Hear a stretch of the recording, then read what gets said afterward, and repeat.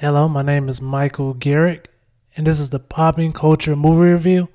My guest today is comedian and musician Evan Pittfield. Hey, Thank you so much for coming on to the movie review. thank you. The movie that we'll be reviewing is The Matrix. Evan picked the movie. This will be 100% spoiler review. But before we spoil the movie, Evan, should they watch it? I think they should. I think it's a really good film. I think it broke a lot of interesting boundaries, both like technical and just kind of like editing and stuff. And so, if you're into action movies or sitting, I highly recommend that you take 2 hours out of your day and watch the movie. And it's a trilogy actually, so there's 3 of them. So watch all of them. Nice. I would, if you enjoy action films, I think you should definitely check it out. I like false advertising. No. I like. If you like waffles and cinnamon, you should check out The Matrix Reloaded, because holy shit, are you in for one flapjack at the time? And I like the people who follow the advice. They're like, these have nothing to do with each other. Why did I listen to this guy? Okay. You got to keep this on there, man. Come on, they got to see you having a good time. This is great. If you like anal and the Muppets, turn into the Matrix trilogy. I don't know. Maybe it's just if you have a malfunctioning brain like I do, it's really funny. But. Guys, if you live in the South Carolina, North Carolina area, make sure you check out Evan's Pittfield. I'm telling you, this guy's hilarious. He'll keep you laughing. All right. Everything past this point will definitely be 100% spoilers. Evan, I'll let you kick it off. So The Matrix is a movie that, if my memory serves me right, came out in 99, which would make me 10 years old when I saw it. And I used to go see movies in the theater with my dad. We would go and kind of watch movies. And he was like, hey, we got to go check out this movie. And to be honest, I don't recall the movie being like super duper advertised. It was just kind of like a whatever flick. And there was other stuff going on at the time, like Austin Powers and like just other stuff. And I was like, we got to go see this movie. And I wasn't really excited about it. I was like, okay, whatever, but it was time with dad. So I was like, yeah, totally. Let's go. And I was 10 years old. So like, there's obviously it's not like an adult film where there's, like sexual things that you wouldn't understand as a kid, but it's a mature film where it's like, you got to expand your mind. It covers themes that are like sci-fi and arguably some like biblical references and stuff. So I was 10 and I saw this movie and even like the movie opens with an action scene. The first movie, right? And it's just like immediately people are getting chased, guns are being shot, and they did this stuff that, at least to my knowledge in the film editing, was new, where they were doing like this slow motion, stop motion, like bullet time dodging stuff. Almost like very, very kung fu inspired. And I'm 10. I don't have like a lot of culture at this point. I had never seen anything like this before. And these are like within the first like few frames of the movie. Even when like the advertisement shows up of like, I think it's Warner Brothers or whatever, it's just loud. It's got like an orchestra. So like, you better like take your last piece of popcorn and soda drink and just shut up, right? Because something cool is about to happen. And it was just so incredible. Like it was just action, immediate, and like you're just sucked into it. And I was 10 and I was blown away. I was like, what is this? And there's nothing. There's like still to this day, there's nothing like it. And this is just the first movie. Like there's 3 movies. This is just the first one. And I was like, oh, I'm hooked immediately. And the storyline is just super, super interesting. I can't believe if someone has not seen this movie by now. But numerically, there has to be. So if you haven't, like, go watch this movie. This has also become the movie that I use to like test my hardware. Like if I buy like a Blu-ray player, I'm like, all right, does The Matrix, like that'll make me know if the Blu-ray player is like any good. Okay. Like does it look good? Okay, can it do this? It was amazing. When's the last time you saw it? The last time I saw it was 3 years ago. Sorry. It was. I forget because 2020 seems like 10 years ago. The last time I saw it was in 2019 because very briefly they brought it back in theaters so that they could play it in the Dolby digital sound stadium. Okay. And it was the best version that I've ever seen at that movie. It was in Concord Mills. They have an IMAX theater and they have a Dolby theater. And of course, one of the most amazing parts of that movie is the sound, and you could literally feel the movie through these speakers. And the theater they had it for like a week. Nice. In theaters. It was amazing. Nice. How did you feel about the soundtrack? Soundtrack is really good. Soundtrack's got a lot of cool stuff there. It's got, I think there's some Marilyn Manson stuff. I think there's some Rage Against the Machine. It's all over. There's some techno stuff like Aphex Twin. It's just very all over. And some of those tracks, not all of them, but some of those tracks are actually in the movie, right? So it's not just like a random soundtrack. Like you actually hear some of those songs throughout the movie. So it's actually in the movie. So it's not a complete different direction. Like if you saw it, you'd be like, oh yeah, that was this part, or oh yeah, it's kind of like connected. So I think it's a very good soundtrack. I actually own this is gonna sound super hipster, but I own a vinyl of the movie soundtrack. Oh, nice. And it comes on like that Matrix green disc. It's super cool. Nice. To me, at least. So nice. When it comes to sorry, Carl. When it comes to dialogue, how do you feel about the dialogue? The dialogue was very interesting because they seemed to find a really healthy balance between sounding scripted and sounding natural.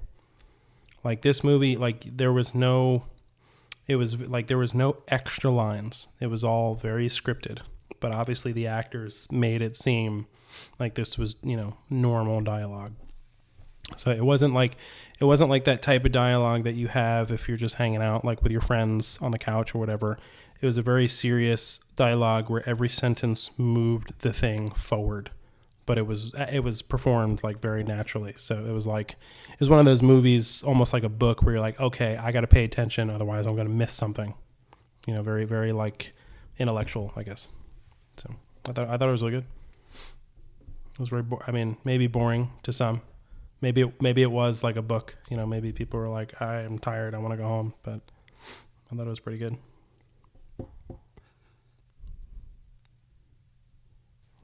Have you seen it? Oh yeah, I saw it yesterday.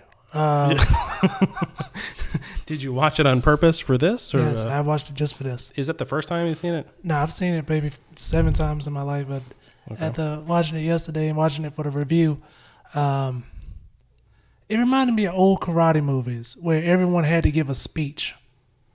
Like before the bout or whatever? Like, okay. Yeah, like every few minutes it was a speech. And I was just like, all right, are we going to have conversations, or you're just going to and this is the way this should be because this is this and this is this. And it's like, in your point, you said this isn't like normal conversation. It's just like everyone has to give a speech about the Matrix, and everybody has to tell me about the Matrix. And when we're in the Matrix, you got to tell me more about the Matrix. By the end of the movie, Mike's like, what the fuck is the Matrix? I want my money back. I still don't know. Yeah, for the most part, because it said, and it was like they were explaining nothing. Like I was just like, okay, why keep talking about the Matrix just to say that you don't know? Like the Matrix is the Matrix. Basically, at the end, it's like, what is the Matrix? It's like we already have your money, so It doesn't matter.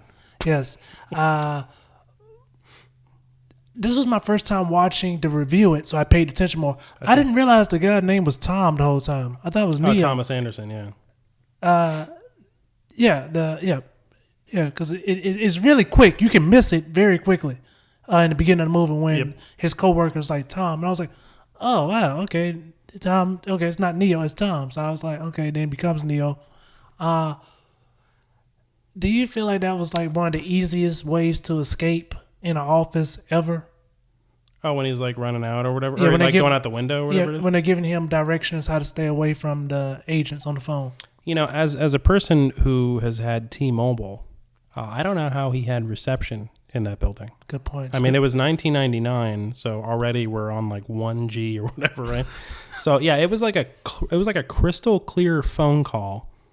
I mean, we were dealing with like AOL at the time, right? If I wanted to talk to you, I had to wait through 10 minutes. Like, yet this guy has this super cool phone with like basically GPS level directions in this office building, and he still couldn't get out. Yeah. All right. So I mean, I thought it was, again, I've never seen anything like this. So it was different and it was interesting, but, I mean, there aren't many times where he like stands up above the cube to see them. So I know we don't see them that much, but I feel like he could have just like left through the stairwell. Yeah. I mean, I know there's like 3 of them and 1 of him, but like he's already trying to get out of there, you know, and the thing that's confusing about that part is that he works there. So I thought he would actually know the building better than the people on the phone, right? There would have been a pure opportunity for them to like, all right, now go hide in the cubicles. Like I could just run down the stairwell. He's like, why would I do that? Do you guys know about the stairwell in the left corner?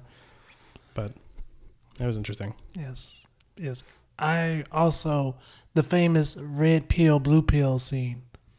Like I said, this was my first time watching it to review it. I never paid attention to that dialogue. Like, if you remember exactly, it's not really clear cut on which pill I should be taking right now. Like, the way he describes the red pill, the blue pill are pretty much the same. The blue pill, he literally says, you'll take this and you'll wake up believing whatever you believe. And it's like, wait, what? Like, that's not the same answer as, like, the red pill where you said, like, yeah. It's not like a new information. I can't remember what he said with the red pill, but I remember it sounding just like the same answer for the blue pill. So I'm a huge fan, and I know this is like a general word, but I'm a huge fan of Easter eggs, whether it's in a book or a movie or a song, because like Easter eggs or that level of attention to detail is always a message to me that the person who created it thought about every dimension of audience member. They thought about the general audience. They thought about the person paying more. They just, they really perfected it. So I don't want to give anything away, but if you watch that scene specifically again with the pill offering, if you look at the reflection in Morpheus's glasses, both times, like when he offers the blue and then he offers the red, the reflection is totally different, and it shows 2 different things. And the one thing that it shows is indicative of the future for the movie, actually. Wow. So I would say go back and watch it. There's some scary Easter eggs, though, too, about that movie.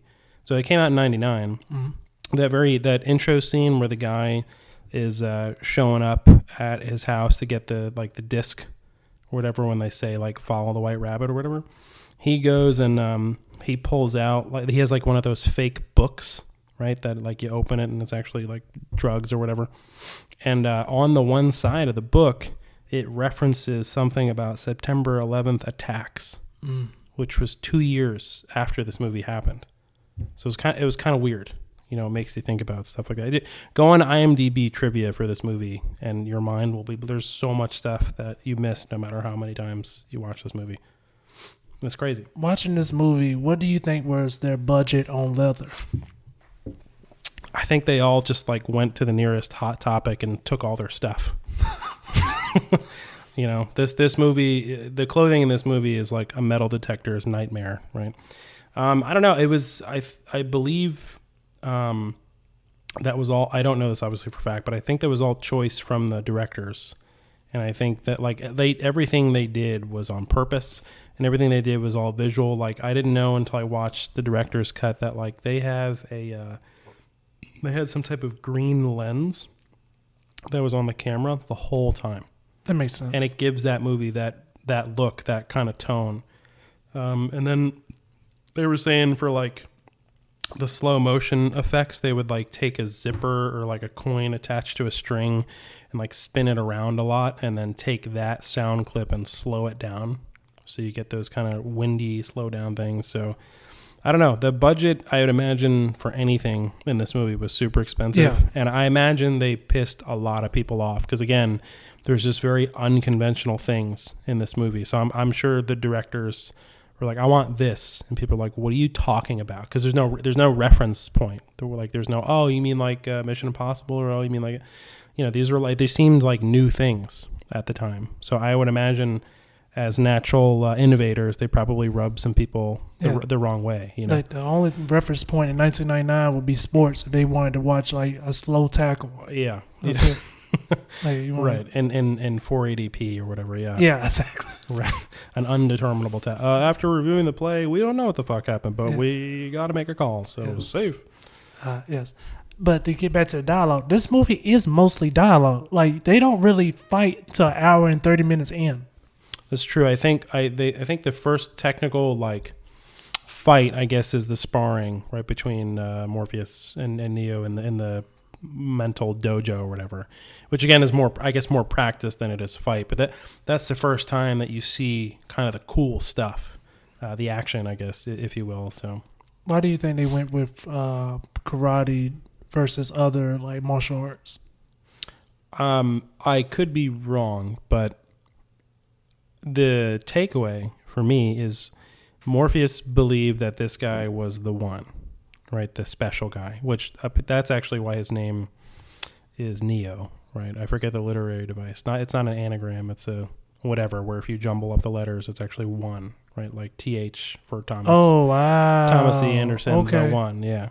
So like, it's what is that called? It's not anagram. I forget. You always ask your fans, "Hey, I'm dumb. What's that literary device?" Dyslexia? Which it could be dyslexia. You could someone who's dyslexic could find that stuff quicker, maybe. Nothing against people to have that. Maybe it is anagram. I don't know. So that's the thing is like literary and drinking. You know, they're not friends. But no. So like I think that they teach kung fu and they do this stuff because that's what they believe is going to help, and that's like the best of their capabilities, right? Obviously, as the movie progresses, like one of the reasons that he's the one is that in order to truly succeed or make change is that you definitely have to far surpass simple things like just kung fu, right? Obviously, as we get further in the movie, you know, Morpheus is the master at kung fu, but he gets his ass kicked. Like it's still even like top level, it's still not good enough. It gets knocked into a toilet. Exactly. It's almost like school, right? They're like, here's this, but you know, good luck in the real world. Like it's kind of a synonym, but so yeah, I think it's just, I think that's what they know to be their best line of defense. And of course he's looking for someone to take it above and beyond to kind of, you know, redefine, I guess. In the plot, did you, not believe, but how'd you feel when he gets to the lady in the apartment? She's supposed to be this... That Oracle you're saying? Yeah, the AI that knows everything, because we have AIs that can do that. She's GPS, right? Yeah. When she says, "You're not the one," did you see that coming? I didn't. I was like, so should we even watch the rest of the movie? You mean, thanks for telling us at least halfway through that we wasted our time. But then you argue like, maybe she did it on purpose because she, you know, I think up until that point, right, Morpheus and Trinity keep telling this guy that he's the one, he's the one, he's the one. And it's not enough. He's not convinced up until this point. I mean, he's still obviously taking everything in, but he is not converted to believe this yet, right? And so I think maybe she's doing that to be like, it's kind of like, you know what, you're not pretty, right? And he's like, I'm pretty, what do you mean? Like, I think she's trying to like, you know, go do a psychological warfare with him so he actually might start believing that he should prove that he is the one. But I think Neo acted so nonchalant during that scene too, because he goes up to him and he's like, he right before he tells him, he's like, whatever that conversation is between you two. And all I'm thinking is, I'm gonna tell him like, no, you need to find the one. I'm not it. Like, there's so much opportunity for comedy. He's like, what the Oracle said. He's like, what the Oracle said is between you and her and you two only. And he should have been like, that's so weird because she said you're a fucking loser, Morpheus. I feel like I need to tell you that. Yeah. And he'd be like, he said what? It's like, well, it's just between us. Don't worry about it. No, if you haven't seen it before, there is a super immature comical YouTube video from like 20 years ago called Enter the Fart, where they just take scenes from this movie and they inject fart sounds in it. Wow. It sounds really stupid. It is, but it's if you watch that whole video and you don't laugh once, I find you pretty odd. But one of the moments is when the Oracle is given the cookies, and it just makes like a huge fart sound. She's like, they smell great, don't they? Like it's just so funny. Nice. If you're secretly an 11-year-old like I am, it's really funny. But no, I mean it was a weird moment, but like again, they're kind of like driving him. He's not the driver yet. He's like the host. He's not the headliner yet. Right? They're kind of like, you do this, you do this, you do this. And he's kind of like, okay, all right, whatever. And I think he's, starting. That was the whole thing with the dojo fight, was that he was starting to believe. And it was kind of cool because, yes, it was mostly dialogue, but none of it felt fake. It did kind of seem, it seemed like the natural progression, as if, if this group of people with leather just showed up to your house and they're going to try to change your mind. Like, I don't know that everyone would be immediately on board with it. So it does take a little while to get to the action in terms of fighting, but there's volume dynamics and there's scenes and there's like action, I guess, along the way. But it does seem to be the natural progression, as if that were to happen to me in real life, The when they're betrayed, quickest betrayal I've seen in any movie. With Cypher or whatever, yeah. It was just like, what was his motive to betray them? I think he's bald. Most people that are bald, they get pissed off eventually, They try to pretend like, no, I'm good. But, they're like, I want more hair, and he's got it, and she's got it, and you might be the one, but you don't need your hair. I need your hair. Some of them do go feel full Bill Burr sometimes. Yeah. This is true. Yeah, Bill Blur, they do that. I think it was they could have had that classic moment where they're like, "Oh shit, we only have 15 minutes of film left, guys. We got to have some type of arc here." Yeah. You know what? He's the jerk. Okay. Yeah. He even killed somebody. I don't know the woman's name. She had like 3 lines. I think Dozer. Oh no. Oh, the Switch. Yeah. Switch had like a few words to say. It's funny. There was a comedian. He was in Charlotte. He moved to Texas. My buddy Alex Spears. And for people who are way too large of fans of that movie, sometimes we like to just say quotes. And it's like 1 out of 100 people that are going to have any idea what you're talking about, because it's true loserdom. But when we first met, that's how we hit it off, because I had quoted Switch. He was like, "Man, this show that we were on was horrible," and I was just like, "Not like this." Not like this. And he actually knew what I was talking about, and we started laughing about it. So it was actually The Matrix that like further solidified our friendship. Like, oh, you're a loser too. All right, yeah, cool. We could talk the talk. That's cool. Matrix, making friends since 1999. That's cool. Yeah, it was pretty strange. You brought it up. How do you feel about the pacing?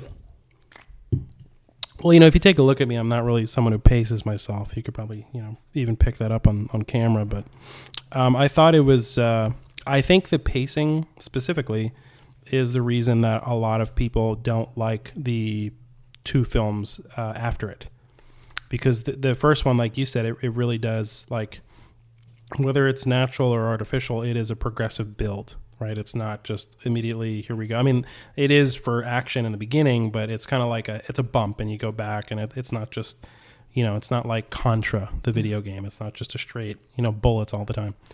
But so I think the pacing made it feel like it was a complete movie, which is why I think a lot of people were confused that more came out.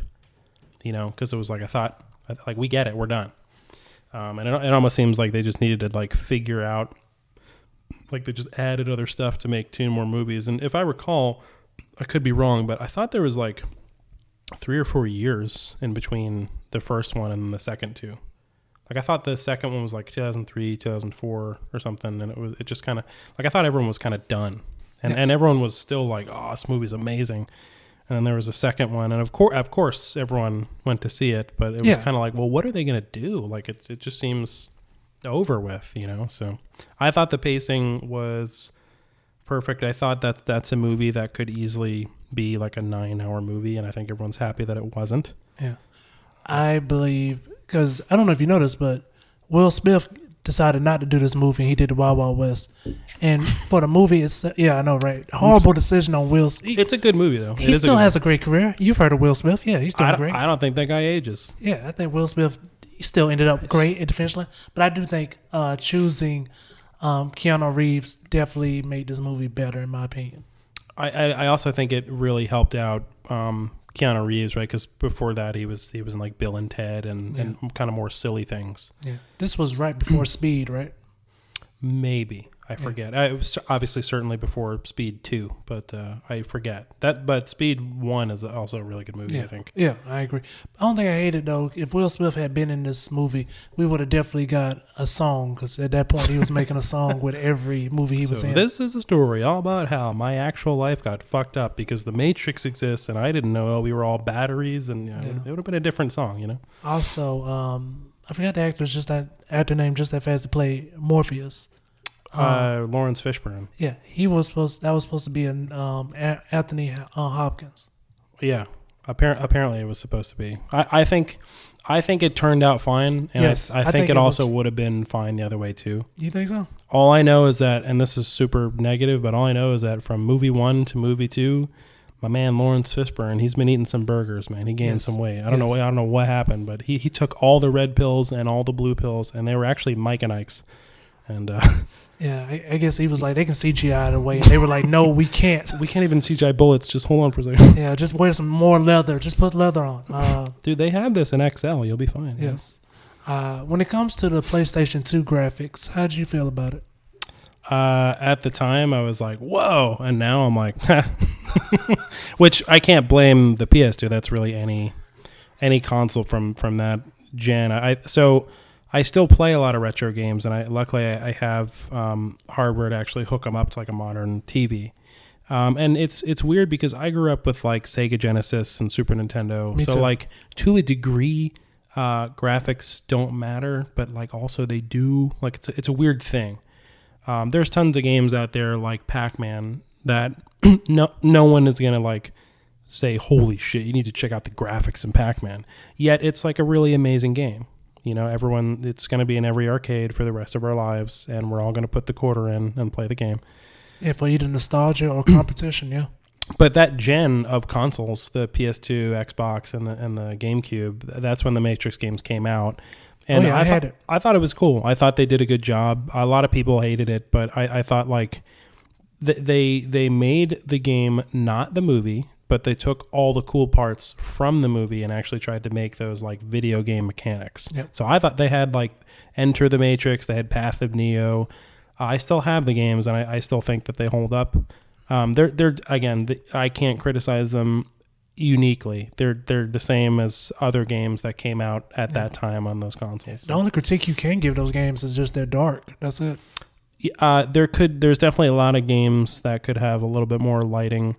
And then if we're talking about graphics, the only real downside to me was like that was still in like the polygon era, right? Obviously everything's still polygons, but they only had like 90 polys. So it still kind of looked like a weird, you're like, that's not what people look like. Yeah. But no, I mean, I thought it was fun, and the game was fluid. So even if you look like a weird block dude, the way that you punch a block dude mechanically made sense. So I thought it was pretty cool. And I think they called it bullet time, right? Yep. Like the slowdown time. Yeah, kind of like the Max Payne thing. Yeah, I think they did a good job. Nice. 1 through 10, what would you give this movie? The first one specifically? Yes. I would give it a 10. Super biased. And then if you're one of those people that are like, no one can get 100, then a 9. You know. As a series, an 8. Okay. Just not only just for the films, but just for like all the cool technical and plot-based things that they accomplished and like the boundaries that they pushed.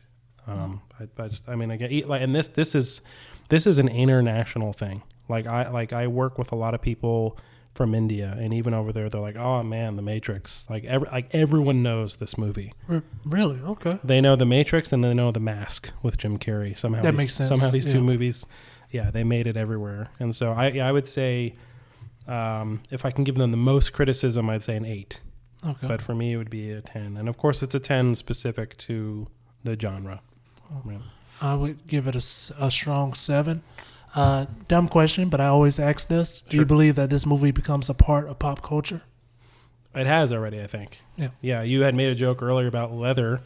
I think a lot of people started dressing like that when the movie came out. You know, Hot Topic sales went through the roof. Yeah. I think also it's just that whole movie was about exploring the mind. So jokes like that come out all the time. People refer back to it. There was a few spoofs that had Matrix spoofs. Oh, like this movie's been parodied to death. Yeah. So I mean, But that's the thing, right? If you're parodying something, it probably had an initial impact to begin with. So Matter of fact, I saw the first Scary movie, and they period, and I hadn't seen The Matrix yet. So the whole time they're doing everything in slow motion, I had no idea. You thought the technology came out in that movie. You're like, this movie's great. Yeah, I was just like, oh man, why would they waste this on this movie? But then I finally saw The Matrix, and I was like, oh, this was a parody of. That's a group of people I really miss, the Wayans brothers. I don't know what they're up to nowadays, but those guys were super funny. But they're all doing stand up right now, believe it or not. Even Sean's doing stand up, which he was just all DJing. 13 of them, right? Yeah. I met Shantae Williams. She's really funny. Oh, really? Yes, very down to earth, man. That's Very awesome. down to earth woman. I'm jealous. Yeah. It was a good movie. If you're not into action, and I think this has to be. I think it's in the sci-fi category, but I don't think it's like Aliens. Like I don't think it's like your average sci-fi type thing. If you're not into that, this is definitely not for you. But I think it's for everybody. Yeah. If you could deal with like the Terminator, this isn't exactly that much of a stretch. Even the language, the language. It's not much cursing. I don't see how it got PG-13. Like it's not. It's very little cursing. Maybe people thought the pills were like implicating drug. Yeah, true. But it's really just Dayquil and NyQuil looking pills. But yeah, this is true. Mike and Ike's, right? Yeah, exactly. At the time, what else did we have? Like Batman and Robin or something. So even at the time, it was a good alternative to everything else. Yeah, exactly. And again, I don't think it was heavily marketed. I don't remember it being. All I remember was everyone saying, "You got to see this movie." Like I didn't see the commercials or anything. And interesting piece of history, it was directed by the Wachowski brothers, who are now the Wachowski sisters. Yep. So like, they lived out the phrase they were trans before it was cool. You know, so very very interesting stuff. Yeah. That's last thing I wanted to ask you was, when it comes to the brothers and the way they directed this movie, sure. Do you feel like if it was put in anybody else's hands, it would be the same film? I mean, I wish I knew them. I wish I could just shake their hand and be like, thanks. I don't know them personally, but I know that from like the director's cut and from some of the stuff that I have been able to see, I know that they were like, they have been explained as demanding but easy to work with, which to me is a very inspirational place to get to, right? Because, maybe it's the same with comedy. It's like, if you have an idea, you want to do something. Again, if a lot of people, maybe you're an innovator and you don't know it, right? But you're not a jerk. Maybe you literally just have a passion for exploring this concept because you love it, but maybe no one has a reference point. So how do you manage that? How do you do that? How do you convince people without coming off as a tyrant that this is the way to go? Like there's a lot of interesting stuff in there to me. And so I don't think it would have ended up the same way if other people had directed it. It's not to say that it would have ended up bad, but I do believe that like this was their very unique vision of things, and so I'm glad that it did work out. But yeah, I'm trying to imagine a Will Smith version of this movie, and that's funny. It comes down to everything, right? Even casting. Yeah. So I think it's like one of those cool periods in times where all the stones just fell into place. Yeah. Because in my opinion, this isn't a popcorn flick. And that's one thing I would give it to. It's not like I'm just losing my mind, I'm just here watching it. It's definitely, you can tell, like, they were passionate about it. But it's just like, I'm sorry, man. I just remember rewatching it yesterday and just being like, they don't know what The Matrix is. This is a popcorn flick if you're okay with making a bunch of popcorn and then not eating it and having a full bucket of popcorn at the end. Like, what just happened? I don't know. I guess we should eat dinner now. Yeah, for real. Yeah, thank you. This is a stale popcorn flick, yes. We should say, right? Yes. Don't put too much butter on. Exactly. Evan, is there anything you'd like to say to your fans?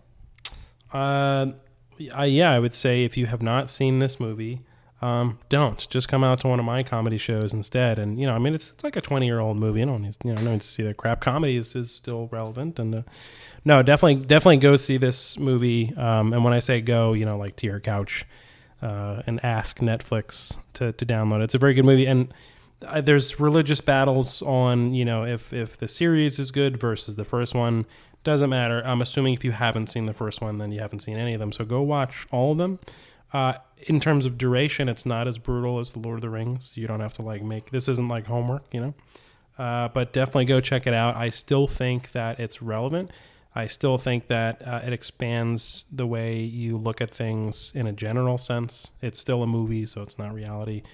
I think it actually has a lot of, depending on how you look at it, I think it actually has a lot of overlap in politics. And it's got a lot of overlap in, people controlling people and how people think. Like, I think this gets a 10 because I think in a lot of ways the subtext to this movie is truly timeless, unfortunately.